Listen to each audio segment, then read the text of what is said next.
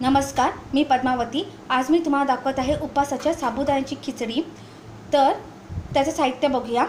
इथे मी 1 वाटी साबुदाणा स्वच्छ पाण्याने धुवून त्याच्यामध्ये पाव वाटी पाणी घालून 6 तास भिजत ठेवले होते। अर्धा वाटी शेंगदाण्याचं कूट, 2 हिरव्या मिरच्या बारीक चिरून घेतल्या आहेत, 2 चमचे साखर, फोडणीसाठी तेल आणि चवीपुरतं मीठ। आता कृतीला सुरुवात करूया। आता ह्या साबुदाण्यामध्ये मी अर्धा वाटी शेंगदाण्याचं कूट व्यवस्थित मिक्स करून घेते।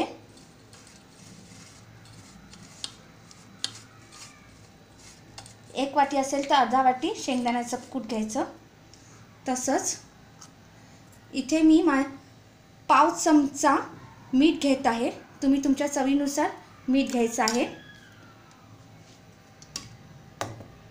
तसेच इथे मी 2 चमचे साखर घालत आहे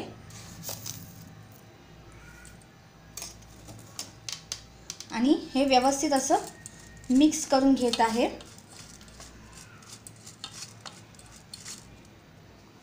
आता मी कढई गरम करत ठेवते। तर आता इथे कढई गॅसवर ठेवली आहे गरम करत आणि ती गरमही झालेली आहे।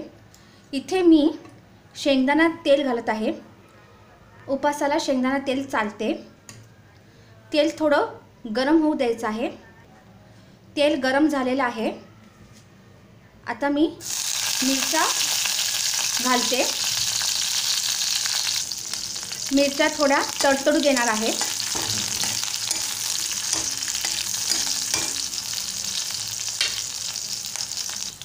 मिरच्या छान तडतडल्या आहेत। आता आपण साबुदाण्याचं मिश्रण घालूया आणि परतून घेऊया। व्यवस्थित परतून घेऊया। आता आपण हे 2 मिनिटं व्यवस्थित परतून घ्यायचं आहे।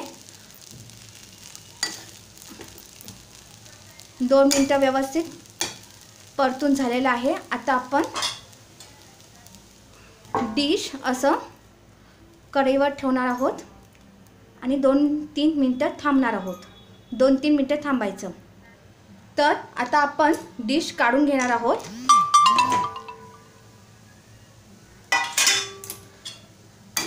आपली साबुदाण्याची खिचडी झालेली आहे। आता आपण गॅस काढणार आहोत। आता गॅस काढलेली आहे, तरीही मी असं झाकण ठेवते, कारण की खिचडी चांगली वाफवली जाते म्हणून मी डिश ठेवली आहे कढईवर। 2 मिनिटं झालेली आहेत। आता डिश काढूया आणि खिचडी एका प्लेटमध्ये काढून घेऊया।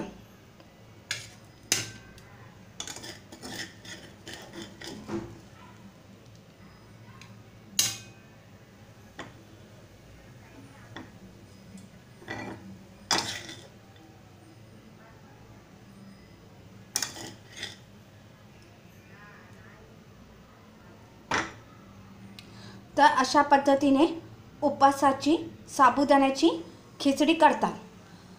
तुम्हाला जिरं वगैरे घालायचं असेल फोडणीला तर तुम्ही घालू शकता। आम्ही उपवासाला जिरं खात नाही। तर अशा पद्धतीने मी उपवासाची साबुदाण्याची खिचडी केली आहे। तुम्हाला माझा व्हिडिओ आवडला असेल तर लाईक करा, सबस्क्राईब करा। धन्यवाद।